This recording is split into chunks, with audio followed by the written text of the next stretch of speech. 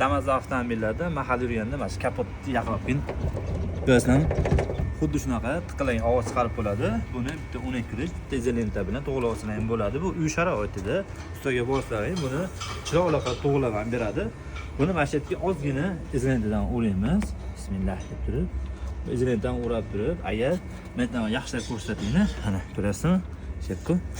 Mana ozgina o'zi eshachasi yilib qo'ygan.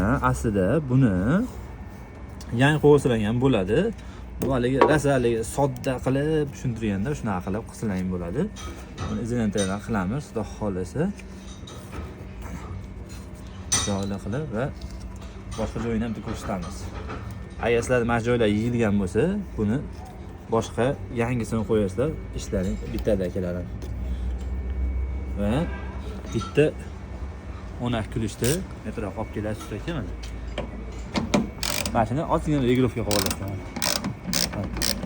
Qarasa, mana ozgina pastroq qo'ysizlar.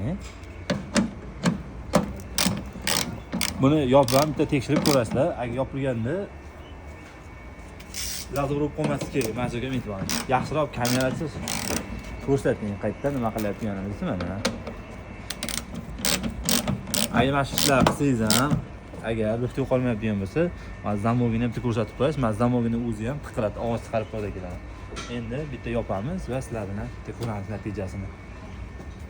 Bismillah. Mana. Ko'rasizlarmi? Bundan tiqib yo'qoldimi? Mana shu videomizda Damas mingan akula jo'natib qo'ysalar, sal bo'lsa ham foydali bo'ladi. Joningiz sog' bo'lsin. Avtoprofessor kanaliga obuna bo'lib, like bosib esdan chiqmasin.